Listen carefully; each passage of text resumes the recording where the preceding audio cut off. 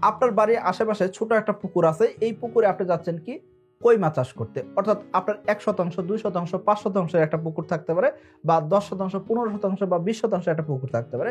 সেই পুকুরটাকে আমরা বলি ছোট পুকুর। কেন? কারণ কি যখনই একটা পুকুর বাণিজ্যিক আকারে মাছ চাষের জন্য উপযুক্ত হয়, তখন সেটাকে বাণিজ্যিক পুকুর বলা হয়। বা তার চেয়ে যখন ছোট পুকুর হয় সেটাকে বলা হয় ছোট পুকুর, বা সেটা বাড়ির আঙ্গিনার যে পুকুরগুলো আসে নালা ডোবা টাইপের জিনিসটাই কাউন্ট করা হয়। এখন এই ১% ২% ৫% জায়গাতে আসলে বাণিজ্যিকভাবে মাছ চাষ করা যায় না। তবে দেখা যাচ্ছে ভিয়েতনাম কই মাছ, যেটা দেখতে অনেকটা আমাদের দেশীয় যে কই মাছ আছে সেই কই মাছের কালারের কাছাকাছি হওয়ার কারণে, এবং কি মোটামুটি এই ভিয়েতনাম কই মাছটা ছোট প্রজাতির হওয়ার কারণে, এবং কি এই মাছটা মোটামুটি ভালো একটা সুস্বাদু মাছ হওয়ার কারণে দেখা যাচ্ছে বাজারে একটা চাহিদা সম্পন্ন মাছ। আর এই মাছটা দেখা যাচ্ছে ছোট পুকুরেও কিন্তু মাছ চাষ করা যাচ্ছে। অর্থাৎ আপনি ১%, ২%, ৫%, ১০%, ১৫-২০ যাই পরিমাণ পুকুর হোক না কেন, সেই পুকুরগুলোতে আপনি কিন্তু ভিয়েতনাম কই চাষ করতে পারবেন। এখন কথা হলো, এই ভিয়েতনাম কই চাষ করতে গেলে কি কি প্রতিবন্ধকতা বা কি কি সমস্যা হইতে পারে, এবং কি এই কই মাছ যখন চাষ করবো কি কি জিনিস আমাদের মেনটেন করতে হবে সেই সম্পর্কে জানতে পারবেন। তো চলুন শুরু করা যাক। প্রথমে আসেন যে এই ভিয়েতনাম কই যখন চাষ করবেন সেক্ষেত্রে কয়েকটা সমস্যা হয়। ১ নম্বর সমস্যা হলো কি, এই মাছ দেখা যাচ্ছে কি পুকুর থেকে চলে যাওয়ার একটা চান্স থাকে। অর্থাৎ আপনি যখন চাষ শুরু করবেন, হঠাৎ যদি বৃষ্টি হয় সেক্ষেত্রে বৃষ্টিতে এরা কিন্তু পুকুর থেকে বের হয়ে যাওয়ার একটা সম্ভাবনা থাকে। এজন্য কি করতে হয়, পুকুরের চতুর্পাশে নেটিং করতে হয়। ছোট পুকুর যেহেতু নেট দেওয়াটা খুবই জরুরি। চতুর্পাশে ভালো করে নেট দিয়ে দিবেন। অর্থাৎ আপনার পুকুর পাড় থেকে আরো ৬ ফিট উঁচা করে, আমরা যেটা নীল নেট পাই সেই নীল নেটগুলো ৬ ফিট উঁচা করে আপনি দিয়ে দিলে আশা করা যায় কই মাছ বের হয়ে যাবে না। ১ নাম্বার। ২ নাম্বার যে সমস্যা হয় সেটা কি, এই ভিয়েতনাম কই যখন আপনি চাষ করবেন সেক্ষেত্রে ছোট বড় যদি মাছ হয়, অথবা যদি অনেকক্ষণ ধরে পরিবহন করেন, অথবা দেখা যাচ্ছে কি এই মাছগুলাকে অনেকক্ষণ যদি খাবার না দিয়ে রাখেন, সেক্ষেত্রে একটা মাছ আরেকটা মাছে দেখা যায় কামড়াকামড়ি করে। কারণ কি ছোট অবস্থায় এই কই মাছের যে মুখটা, সেই মুখের অংশটা দেখা যায় খুবই ধারালো হয়। এরা কি করে, একজন আরেকজনকে আক্রমণ করে ফেলে, যখন তাদের ক্ষুধা লাগে আক্রমণ করে ফেলে। এমনকি দেখবেন যে এরা লেজ পয়সা গেছে তারপর বেঁচে থাকতে পারে। অর্থাৎ এদেরকে দেখা যাচ্ছে যে আপনার যদি হিসাব করেন যে কই মাছের প্রাণ বলে একটা শব্দ আছে, যে কই মাছের প্রাণ মানে কি কঠিন প্রাণ। তো কই মাছ সহজে মরে না, ঠিক আছে, কিন্তু ছোট অবস্থায় দেখা যাচ্ছে পরিবহনকালীন আপনাকে একটু খেয়াল রাখতে হবে। অর্থাৎ আমরা হচ্ছে ছোট পুকুরে মাছ চাষ করতে যাচ্ছি, আমাদের পুঁজি অল্প, কিন্তু দেখা যাচ্ছে যে এই কই মাছ চাষ করতে গেলাম, দেখা যাচ্ছে পোনা পরিবহন করাতে পোনা মারা গেল। এই সমস্যা যাতে আমাদের না হয়, এই জন্য কি করতে হবে, আমাদের পোনা পরিবহনের সময় ভালোভাবে নজরদারি করতে হবে। ৩ নম্বর যে প্রতিবন্ধকতা সেটা কি, কই মাছ ছাড়ার পর মোটামুটি ১ থেকে ২ ঘন্টার ভিতরে আপনাকে খাবার দিতে হবে। যদি খাবার না দেন সেক্ষেত্রে পুকুরের ভিতরে এরা একটা আরেকটার লেজ কামড়াকামড়ি করতে হবে, এবং কি এক পর্যায়ে দেখা যাচ্ছে এটা ভাইরাস ব্যাকটেরিয়া আকারে ছড়ায় যায়, এবং কি এটা আপনার বিশাল অ্যামাউন্টের মাছ মারা যাওয়ার সম্ভাবনা তৈরি করে দেয়। এই জন্য বলবো, আপনি যখন মাছ চাষ শুরু করতে যাচ্ছেন এই দিকগুলো আপনি অবশ্যই খেয়াল করবেন। এখন আসলে যে এই ছোট পুকুরগুলোতে যে আপনি মাছ চাষ করবেন সেক্ষেত্রে এখানে পুকুর প্রস্তুতি কেমন করে করবেন। পুকুর প্রস্তুতি নর্মাল পুকুর প্রস্তুতির মতোই। তবে দেখা যায় যে কই মাছের পুকুরের প্রস্তুতি যদি একটু কমতিও হয় তেমন কোনো সমস্যা হয় না। যেহেতু ছোট পুকুরে মাছ চাষ করা যাচ্ছে, তার মানে কি এই মাছটা ইজিলি চাষ করা যায়। তো আপনার পুকুর প্রস্তুতির সময় কি করবেন, প্রতি শতাংশ জায়গাতে আপনি শীত পরবর্তী সময় যদি মাছ চাষ শুরু করতে যান সেক্ষেত্রে প্রতি শতাংশ জায়গাতে ১.৫ কেজি করে চুন দিয়ে দিবেন। পুকুরের তলদেশে ১.৫ কেজি করে চুন দিয়ে দিবেন। শীতের ভিতরে যদি পুকুরটাকে শুকানো সম্ভব হয় সেক্ষেত্রে শুকাই নিয়ে ভালো করে তলদেশ ফাটাই নিয়ে সেই জায়গায় ১.৫ কেজি করে চুন দিয়ে দিলে সবচেয়ে ভালো। ১ নাম্বার কাজ। ২ নাম্বার, যদি আপনার পুকুর শুকাইতে না পারেন সেক্ষেত্রে কি করবেন, সেক্ষেত্রে প্রতি শতাংশতে ১.৫ কেজি করে চুন দিয়ে দিবেন। অর্থাৎ আপনার পুকুরে মাছ নাই, এখন আপনি কি করবেন, চুন দিয়ে দিলেন। চুন দেওয়ার পরে আপনি কি করবেন, চুন দেওয়ার পরের দিন আপনি লবণ দিবেন। লবণ দেওয়ার পরে কি করবেন, লবণ দেওয়ার পরে অনেক সময় দেখবেন পুকুরের সুজি পোকা বা বিভিন্ন ধরনের হাঁস পোকা, বিভিন্ন ধরনের পোকা তৈরি হয় বা বিভিন্ন ধরনের পোকার আবির্ভাব দেখা যায়। ওই সময় আপনি কি করতে পারেন, ওই সময় আপনি হয়তো একটা কুকুরনাশক করে দিতে পারেন, অথবা আপনি হাঁস পোকা নিধনের জন্য আপনি হয়তো একটা মেডিসিন ব্যবহার করে নিতে পারেন। আশা করা যায় যে আপনি এই হাঁস পোকা বা কুকুরনাশক এগুলো যদি প্রয়োগ করেন সেক্ষেত্রে খুব ভালো একটা রেজাল্ট আপনি করতে পারবেন। আপনার পুকুর পানি সবুজ হয়ে গেলে আপনি কই মাছের জন্য একটা পুকুর প্রস্তুত হয়ে গেলে আপনি পুকুরে মাছ ছাড়তে পারবেন।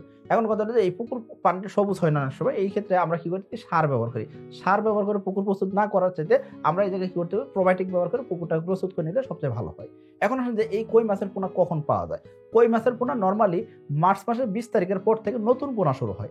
এর আগে নতুন পোনা পাওয়া যায় না। কারণ কি, আমরা জানি বছরের শুরুতে ৩টা মাছ প্রথম বাচ্চা দেওয়া শুরু করে বা প্রথম ডিম ছাড়া শুরু করে। সেই মাছগুলো কি, ১ নম্বর হলো তেলাপিয়া, ২ নম্বর হলো পাবদা, ৩ নম্বর হলো ভিয়েতনাম কই। এই ৩টা মাছ মোটামুটি ১ সপ্তাহ আগে পিছনে করে এরা কিন্তু ডিম ছাড়া শুরু করে। অর্থাৎ মোটামুটি ফেব্রুয়ারি মাস পড়তেই এদের মোটামুটি ডিমগুলো পরিপক্ক হতে থাকে। তারপর কি করে, এরা ডিম ছেড়ে দেয়, আর ডিম ছাড়লেই তারপর হ্যাচারিওয়ালারা কি করে থাকেন, এই ডিম থেকে বাচ্চা উৎপাদন করে, অর্থাৎ ২৮ দিন ২৫ দিন বা ৩০ দিন সময় নিয়ে বাচ্চা উৎপাদন করে আপনার মাঝে বিতরণ করতেছে। অর্থাৎ আপনার মোটামুটি মার্চ মাসের ২০ তারিখের আগে কই মাছের পোনা নতুন পোনা পাবেন না।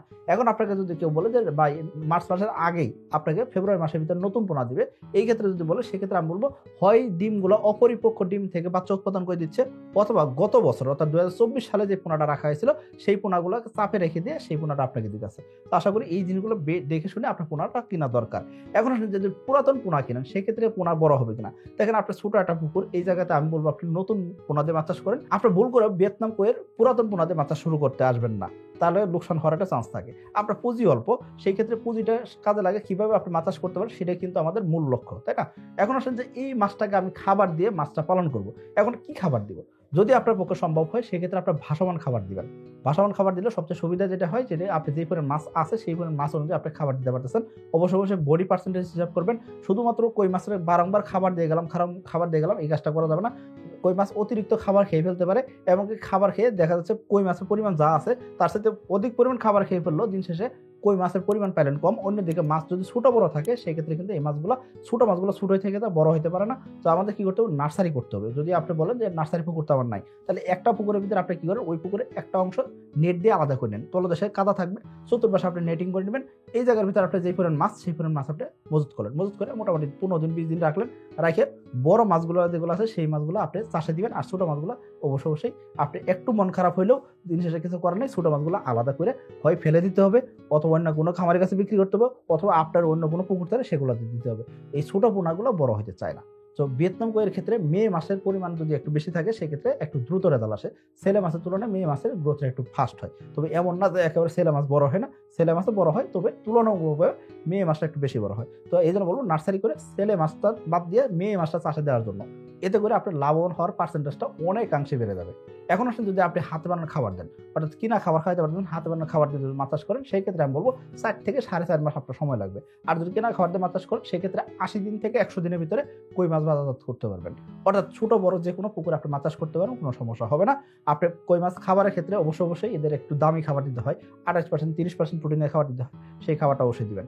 এখন সর্বশেষ যে বেশি প্রশ্ন আসে সেটা কি, আমরা যে কই মাছ চাষ করবো এই ক্ষেত্রে ঘনত্বটা কি হবে? প্রতি শতাংশ জায়গাতে সর্বোচ্চ পরিমাণ ঘনত্ব আমরা 2000 পিস দিব। নরমালি আমরা 1000 পিস থেকে 1200 পিস সর্বোচ্চ 1500 পিস দিতে পারি। তবে যদি আপনি অধিক ঘনত্বে মাছ চাষ করতে চান সেক্ষেত্রে 2000 পিস দিয়ে আপনি মাছ চাষ করেন, খুব সুন্দর একটা রেজাল্ট করতে পারবেন। কই মাছের পানির কালার অতিরিক্ত সবুজ হয়ে গেল তেমন কোনো সমস্যা হয় না, এবং এই মাছগুলোর যদি অক্সিজেন স্বল্পতা হয় সেক্ষেত্রে এরা কি করে বাতাস থেকে অক্সিজেন নিতে পারে, অর্থাৎ পানির বাইরেও তারা এসে পুকুরের উপর থেকে টাবুর দিয়ে তারা বাতাস থেকে অক্সিজেন নিয়ে যেতে পারে। তো এই জন্য বলবো আপনি একটু অধিক ঘনত্বে মাছ চাষ করলেও কোনো সমস্যা হয় না। এবং কি শর্ট টাইমের ভিতরে কই মাছ চাষ করে দেখা যাচ্ছে কি প্রথম বছর মাছ বিক্রি শেষ করে এই সিজনেই অর্থাৎ 2025 সালে একবার মাছ বিক্রি করে ফেললেন কই মাছ, 100 দিনের ভিতরে অর্থাৎ 3 মাসের ভিতরে মাছ বিক্রি করে ফেললেন, বিক্রি করে অন্য একটা মাছ চাষ করা যায়। আমাদের অনেক খামারি আছেন যারা কি হয়ে থাকেন 10টা পুকুর থাকলে 2টা পুকুর বা 3টা পুকুরে তারা ভ্যারাইটিস মাছ করেন, ওই জায়গাতে তারা কই মাছ দিয়ে থাকেন। কারণ কি ওই কইটা বিক্রি করে দেওয়ার সাথে সাথে ওই পুকুরে তারা কি করে থাকেন, ওই পুকুরের ভিতরে সরাসরি তারা তেলাপিয়া নার্সারি করা তেলাপিয়া থাকে, ওই তেলাপিয়া আমাদের এসে তেলাপিয়া তারা ওই পুকুরে চাষে দিয়ে দিতেছে। কারণ কি ওই পুকুরে প্লান্টন আছে ভালো, ওই পুকুরে পানি সবুজ আছে, ওই তেলাপিয়া গিয়ে দেখা যাচ্ছে প্লান্টন খেলে দ্রুত সময় বড় হয়। এই জন্য বলবো বছরের নতুন পোনাতে মাছ চাষ করলে আপনি ভিয়েতনাম কই দিয়ে মাছ চাষ শুরু করতে পারেন, ছোট পুকুর হলে মাছ চাষ করেন, আলহামদুলিল্লাহ ভালো একটা রেজাল্ট করতে পারেন। এর পরবর্তী সময় আপনি কার্যতে মাছ বা অন্য কোনো মাছ বা তেলাপিয়া মাছ আপনি চাষ করতে পারবেন। ছোট পুকুর হোক বড় পুকুর হোক, যে কোনো পুকুরে আপনি ভিয়েতনাম কই চাষ করতে পারবেন। আশা করি বুঝতে পারছেন। সবাই ভালো থাকবেন, সুস্থ থাকবেন। আসসালামু আলাইকুম।